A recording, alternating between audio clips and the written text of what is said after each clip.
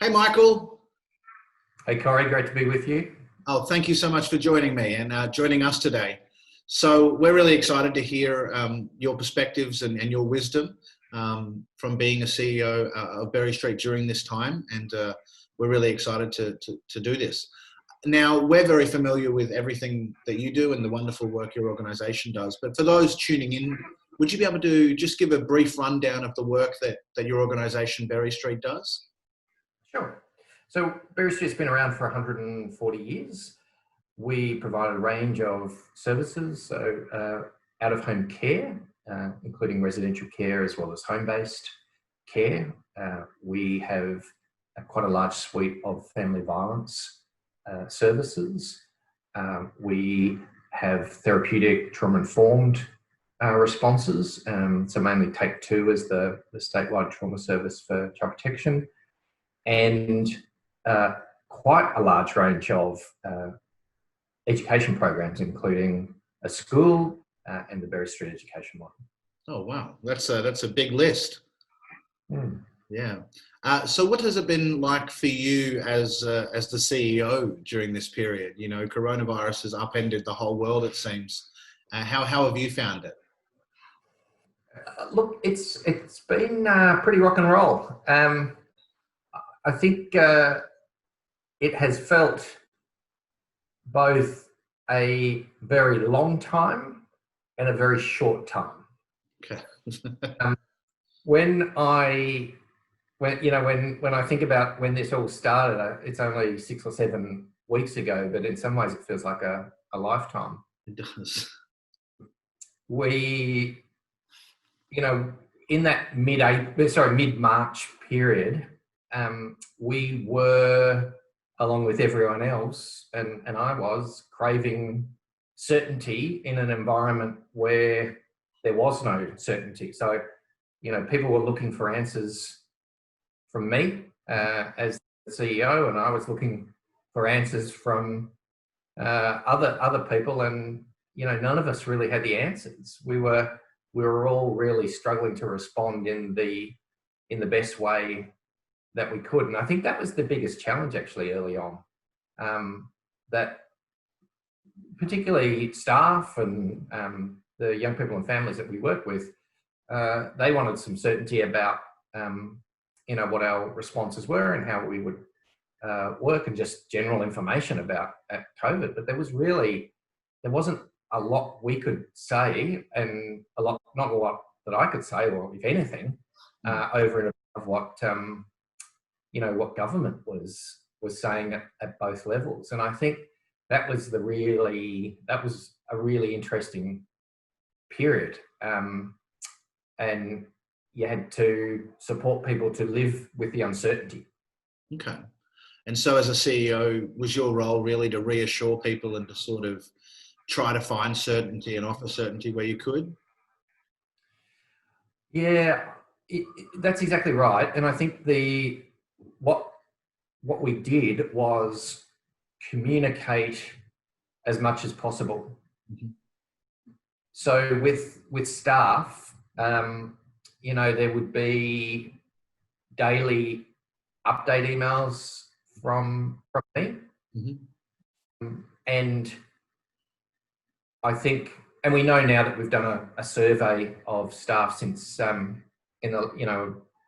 2 weeks ago to understand what their view of our response was, and staff found that really useful. Mm-hmm. It enabled them then to talk to young people and families in a more informed way. Sure. So we put a lot of focus into that. We had a COVID response team which met every morning, and we just tried to work through what information was available, and whatever information we had, we got it out to staff. And I zoomed into every residential care unit that we have, and spoke to the teams, because really they were the ones who were on the the front line in this, if you like. So, while a lot of us were working from home, obviously in residential care and accommodation services, and not just residential care for us, our broad range of accommodation services, they were turning up to work each day. So they were our priority in terms of supporting them so that they could support the young people in their care. Okay, wonderful. What has surprised you about COVID-19? What's taken you aback or thrown you off? I think one of the one of the real surprises is that I got on Microsoft Teams. So and even in just the week before we started working from home, I remember someone saying, "Oh, we've all got to get on Teams," and I'm like, "Yeah, we're not introducing anything new at this point. Let's just go with what we're on." It's obviously stupid. I think the main thing that has surprised me is that we adapt and quite quickly you get into a new routine. And the use of technology, this is the most surprising bit, the use of technology has meant that people feel more connected now than they do, and this is within their teams, than they do pre-COVID. And that's interesting. Teams who are all working individually at their homes. And I think when you come into the office, I think we kind of think our job's done in terms of connecting with people. Whereas when you're at home, you've got to be much more deliberate about it and thoughtful about it. And you make the way, to do it. And as a result, it's you have more enriching conversations. So that's been a big surprise. Okay. And so, in terms of the way that your organisation has been working during this period, what have you learned during this period that you think will have a positive impact after this in how Berry Street responds to clients? So I think the fact that we were forced to use different ways of communicating will be of lasting benefit. So I think that in relation to out-of-home care, so residential care, let's take residential care for the moment. So I think it's provided an opportunity for young people in residential care to connect with their families or their significant others in a way that will be useful on an ongoing basis. And it's not something we did a lot of prior. Now, it doesn't replace face-to-face, but it's going to be a great supplement when you just want a quick chat about something, and it's better than the phone. We see the dog or whatever it might be. It has for a quick chat. It's good, and the same thing for the carers, for our carers in foster care, for the young people in foster care. I think it's sometimes more useful where we would have travelled a long time to have a quick Zoom catch up with carers. For young people in foster care, for them to catch up once again with their families. So I think those types of things will be useful on an ongoing basis. I just think we have to get the balance right. Yep, definitely. And so, it's a pretty intense time at the moment. A lot of people are under the gun. I think we've seen some issues with mental health arise from these prolonged periods of social isolation that we're experiencing. How are you taking care of yourself and your staff? So I think in terms of staff, it is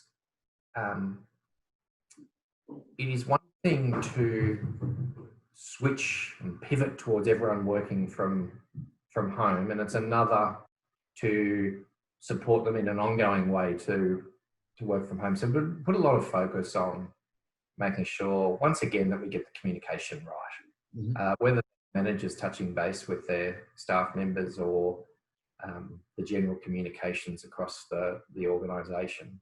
And, recognising that for some people, it's pretty tough. So, where people are finding it tough to work at home for whatever reason, then, they have opportunities to come into the office every now and then and connect with colleagues, albeit a very small number of colleagues. So I think that's, that has worked reasonably well in supporting that group. I think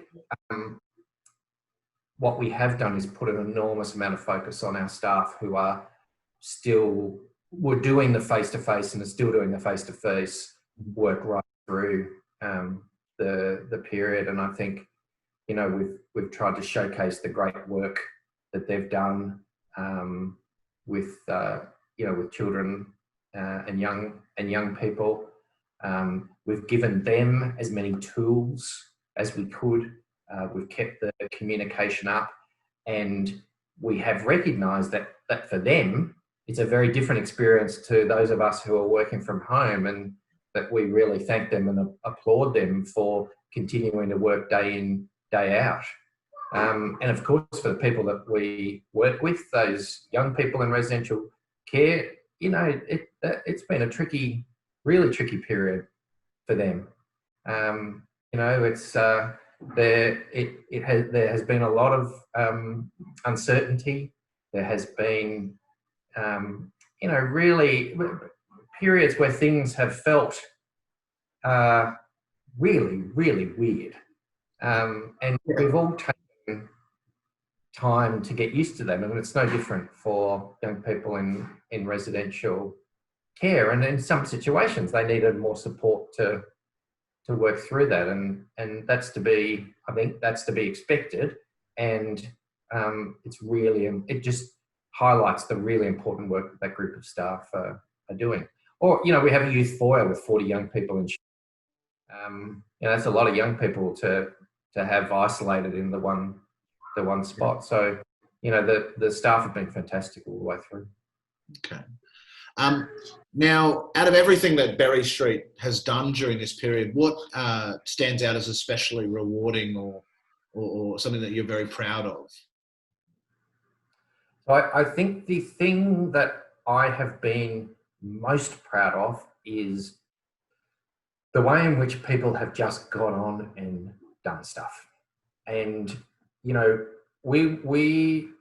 are an organisation that's not the greatest IT in the world. I think that's every organisation now. I think every organisation's been like, we don't have very good IT. Yeah, look, I think our staff would have put us kind of way down the list. Okay. A working from home organisation, and the fact that we were able to pivot so quickly and to do it, successfully as well. Mm-hmm.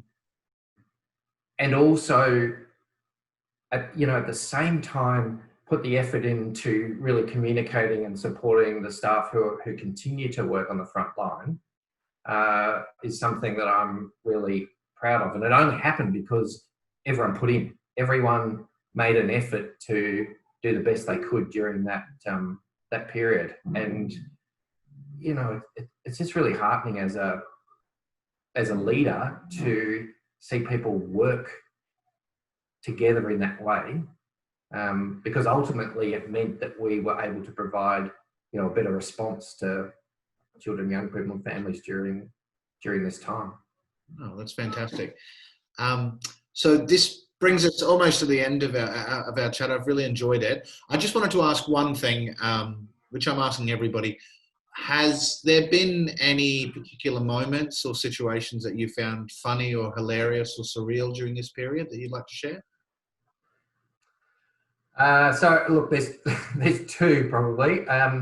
So my 7-year-old, he's pretty cute, but he likes to think he's very, very cute. And when I'm having Zoom meetings, he is pretty keen to get on and introduce himself. Right now, that's him. Oh my God, here he is, and we didn't even time it. Was that scripted? Oh wow. Okay, see you later, Thomas. Hello. Oh my God, that is hilarious. That's what happens. That's what happens. And thankfully he didn't stay that time. Another one, I got some very constructive feedback from a young person in our foyer in Shepparton.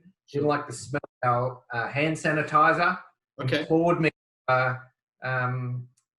to get some different smelling hand sanitizer so Sure. that they could go to their employment at McDonald's, Yeah. not smell this terrible hand Okay. sanitizer. And now I say with the cluster or the clusters in McDonald's, Yeah. maybe we were using the right hand sanitizer after all. Yeah. Yeah. Fantastic. Well, it's been so great talking to you today, Michael. I really appreciate you taking some time out of your very busy schedule to share your wisdom with us and everything that's happening for you. So thank you so much. Thanks, Corey, for having Thomas and I.